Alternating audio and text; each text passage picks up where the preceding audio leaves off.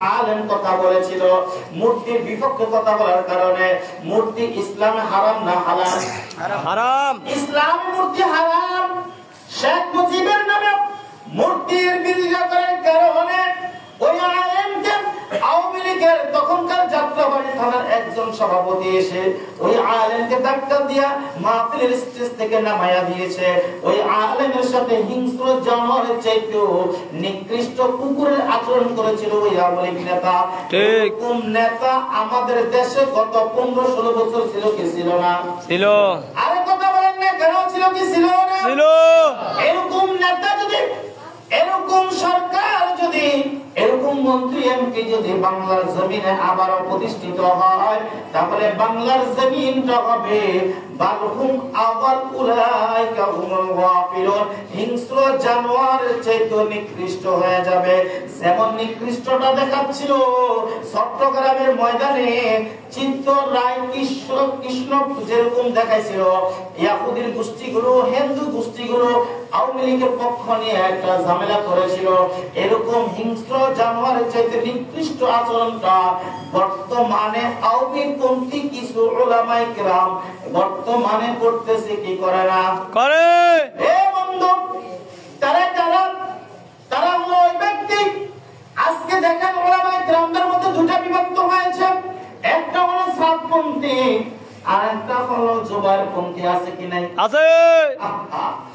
এ বন্ধুরা, 2018 সালে যখন এই সাতপন্থীরা যখন উলামায়ে কেরামদের বিরুদ্ধে আচরণ করেছিল, উলামায়ে কেরাম তখন সাতপন্থী লোকগুলোকে সাতকে তখন অস্বীকার করেছিল, বাংলাদেশে আসতে দিবে না, আসতে দেয় নাই। উলামায়ে কেরাম ঐক্যবদ্ধ হয়ে জুবাইরপন্থী লোকগুলো তারা সেখানে অবস্থান করেছিল। 2018 সালে তখনও কিছু ছাত্রকে তারা পিটাইয়েছিল, হত্যা করেছিল। তারা তখনকার আওয়ামীপন্থী সরকার ক্ষমতা থাকার কারণে জুবাইরপন্থী আলেম ওলামা বেশি কিছু করতে পারে নাই। কিন্তু বর্তমান গত পরশু দিনের কথা আপনারা জানেন, এই আওয়ামী সরকারের বেতনটা উলামায়ে কেরাম দুই ভাগের একটা ভাগ সাতপন্থী হয়ে যাওয়ার কারণে উলামায়ে কেরামদের উপর অত্যাচার নির্যাতন করেছে। আর আপনারা জানেন সাদ হলো ভারতের একজন এজেন্ট। কোন জায়গার এজেন্ট? ভারতের। এই ভারতের এজেন্ট সাদ, এই সাদ পর্যন্ত উলামায়ে কেরামদের বিরুদ্ধে অবস্থান করতেছে। এই সাদ যখন ভারত থেকে যখন এদেরকে উস্কাইয়া দিল, গত পরশুদিন দিবাগত রাত্রে 3:30টার সময় ভাই মানুষ যখন ঘুমায় পড়েছে, এই ঘুমন্ত উলামায়ে কেরামদের উপরে তারা আক্রমণ করেছিল। আক্রমণ করিয়া 4 জন আল্লাহর বান্দাকে তারা শাহাদাত বরণ করায় দিয়েছে। আমার ভাইরা বন্ধুরা, ওই 4 জনকে শাহাদাত বরণ করাইছে। আজকে তারা কোন জায়গায় অবস্থান করতেছে? আপনারা জানেন মুআজ বিন মুনির এই সাতপন্থী লোকটা আওয়ামী লীগের একটা দালাল ছিল। আর একজন হলো আপনারা জানেন ভোরের আলো সম্পাদকের, ভোরের আলো সম্পাদক যিনি ভোরের কাগজের সম্পাদক, সে একজন আওয়ামী লীগের একজন কেন্দ্রীয় কমিটির সদস্য। ওই লোকটা হলো সাতপন্থীর লোক। অতএব কারণে আজকে থেকে আপনারা শপথ করতে হবে, কোন প্রকারে ইস্তেমার ময়দানে সাতপন্থীদের সাথে একাত্মতা পোষণ করা যাবে না। এরা ইসলামের শত্রু, এরা আওয়ামী লীগের দালাল, এরা যুবলীগের দালাল, এরা সন্ত্রাসী, এরা সন্ত্রাসী। ইসলামের কথা বলিয়া এরকম সন্ত্রাসী কোন কার্যকলাপ বাংলার জমিনে করতে দেওয়া হবে না। কথা ঠিক কিনা? কার্যকলাপ সাতপন্থী কেন? যে আলেম ওলামা, যে মানুষগুলো সন্ত্রাসী কার্যকলাপ করবে, ওই মানুষগুলোকে সন্ত্রাসী কার্যকলাপ করার কারণে তাদেরকে আমরা প্রতিহত করব ইনশাআল্লাহ। কথা ঠিক কিনা? এর কারণে আজকে থেকে আমরা শপথ গ্রহণ করতে হবে, ইস্তেমার ময়দানে কোনো সন্ত্রাসী কার্যক্রম চলতে দেওয়া যাবে না। ইসলামের কথা বলে সন্ত্রাসী কার্যক্রম যারাই চালাবে তাদেরকে প্রতিহত করা হবে। অতএব কারণে সাতপন্থী হোক আর যে পন্থী হোক না কেন, আমরা সকলে একত্বতা পোষণ করি। আমরা ইস্তেমার ময়দান নিয়ে কোনো দলাদলি চাই না। কথা ঠিক কিনা? ইসলাম নিয়ে দলাদলি চাই না। আমরা ইস্তেমার ময়দানকে নিয়ে দলাদলি চাই না। আমরা চাই যেই দলের মধ্যে উলামায়ে কেরাম আছে, যেই আন্দোলনের মধ্যে উলামায়ে কেরাম আছে, যেই সংসদের মধ্যে উলামায়ে কেরাম আছে, যেই রাষ্ট্রের মধ্যে উলামায়ে কেরাম সম্মানিত প্রমাণিত হবে ওই উলামায়ে কিরামদেরকে আমরা সমর্থন করব ইনশাআল্লাহ। আমার ভাইরা বন্ধুরা, আমাদের স্বরাষ্ট্রমন্ত্রী ঘোষণা দিয়ে, আমাদের স্বরাষ্ট্র উপদেষ্টা গতকাল ঘোষণা দিয়েছেন মুন্সিগঞ্জে যে তাবলীগ জামাতের বিশ্ব ইজতেমার প্রথম অধ্যায় যারা করবে জুবাইরপন্থী, তারা প্রথম অধ্যায় করতে পারবে, দ্বিতীয় অধ্যায়ের ব্যাপারে এখনো কোনো সিদ্ধান্ত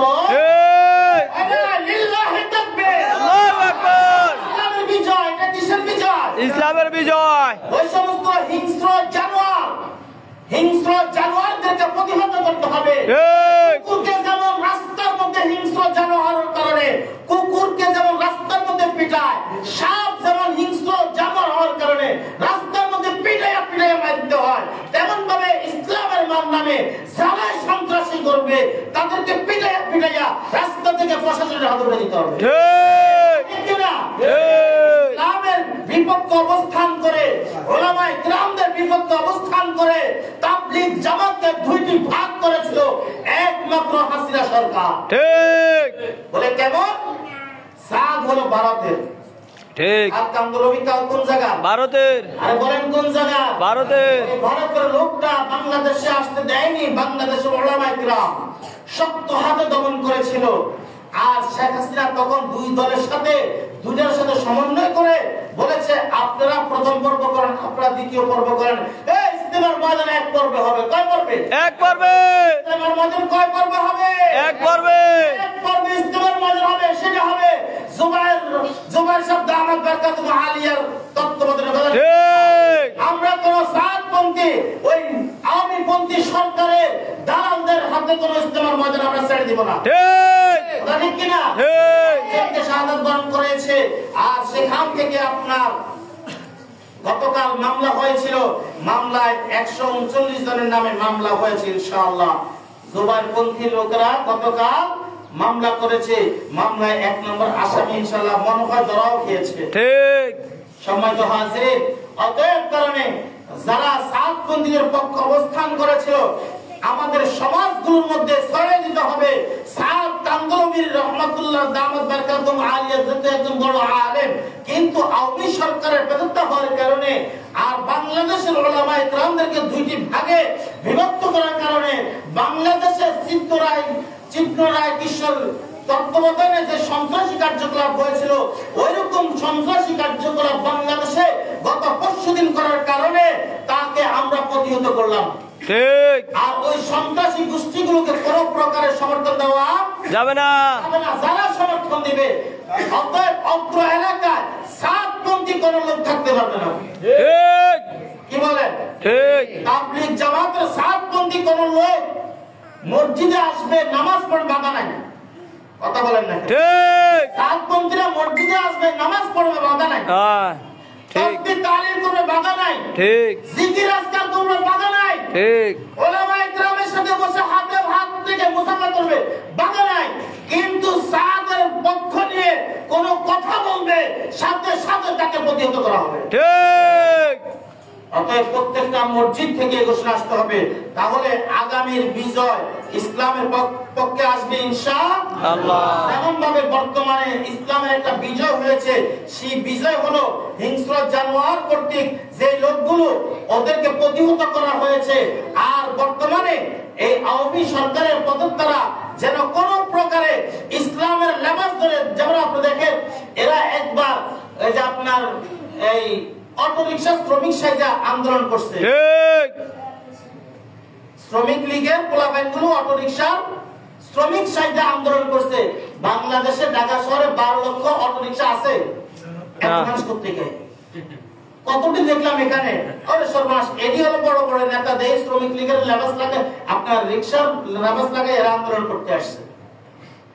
এভাবে প্রত্যেকটা আন্দোলনে আওয়ামী লীগের পদত্যারা বর্তমানে তাদেরকে কি করতেছে? সহযোগিতা করতেছে। ঠিক। অতএব কারণে এই যে আন্দোলনটা সাতপন্থী লোকগুলি করতেছে, এখানে আওয়ামী লীগের লোক ভিতরে ঢুকে গেছে। ঠিক। খুব সাবধান, খুব সাবধানতা অবলম্বন করতে হবে। আমরা সবাই কার সাথে আছি? জুবাইর সাহেবের সাথে আছি ইনশাআল্লাহ। আছে আলেমদের সাথে, আলেমদের সাথে, তাদের সাথে আমরা হাতে হাত রেখে আমরা একসাথে চলবো। ইজতেমার ময়দানে যাব, ইজতেমা হবে আবার 31 1 2 এই 3 দিন পরবর্তী সিদ্ধান্ত এখনো হয়নি, অতএব কারণে ইজতেমার ময়দান আশা করা যাচ্ছে আবার এক তাই হবে ইনশাআল্লাহ। আল্লাহ আল্লাহ তাআলা তৌফিক দান করে বলি আমিন আমিন। আমরা সবাই আলেমদের সাথে আছি তো? আছি, আলেমদের সাথে থাকবেন, থাকবো, ওলামায়ে কিরামদের তত্ত্বাবধানে থাকবেন থাকবো ইনশাআল্লাহ। বলেন ইনশাআল্লাহ। আগামী রাজনীতিতে সংসদ পর্যন্ত, ভোট প্রদান পর্যন্ত আমরা ইসলামী আন্দোলনে আছি ইনশাআল্লাহ। আল্লাহ আপনি ভোট প্রদান করে ইসলামী আন্দোলনগুলোকে, ইসলামী আন্দোলনের লোকগুলোকে আপনি সংসদে পাঠাবেন। আপনার এলাকায় সন্ত্রাসী কার্যকলাপ হবে না, টেন্ডারবাজি চাঁদাবাজি হবে না, রাহাজানি হবে না। এই যে আপনি রাস্তা এখন চলতেছে, ধরে ধরে মোবাইল লইয়া যায়, ধরে ধরে টাকা পয়সা লইয়া যায়, গাড়ি আটকে রাখে, কোপ মারে, এই করে সে করে, কারা করে এগুলি? হ্যাঁ, যাদের ইনকাম শেষ হয়ে গেছে এরাও করতেছে, আর যারা এতদিন পর্যন্ত না খেয়ে ক্ষুধার্ত ছিল এরাও চিন্তা করতেছে এই সুযোগে আমরাও কিছু বানাইনি। ঠিক, কথা বলেন না কেন? ঠিক। অতএব কারণে আজ পর্যন্ত রাস্তায় আপনাকে গুলি ধরিয়া বলে নাই যে চাঁদা দে, একজন আলেম বলছে না, একজন আলেম বলছে যে চাঁদা দে বলছে না, গুলিও ধরে নাই, আপনাকে রাস্তায়ও আটকায় নাই। কেন? আলেমরা এই সমস্ত কার্যকলাপ করবে না। কোন মসজিদের ইমাম আপনাকে গুলি ধরবে না যে চাঁদা দিতেই হবে, না হলে মেরে দেবো। ঠিক। চাঁদা লইয়া গাড়ি ভাঙ। অতএব কারণে সামনের দিনগুলোতে ইসলামী আন্দোলন কর্তৃক লোকগুলোকে বাংলাদেশের জাতীয় সংসদে পাঠাবো ইনশাআল্লাহ। আল্লাহ আমরা আগামী সংসদ ওলামায়ে কিরামদের সংসদ দেখতে চাই ঠিক ইনশাআল্লাহ। বলেন ইনশাআল্লাহ। আল্লাহ তাআলা তৌফিক দান করুন। আসসালামু আলাইকুম। আমিন আমিন।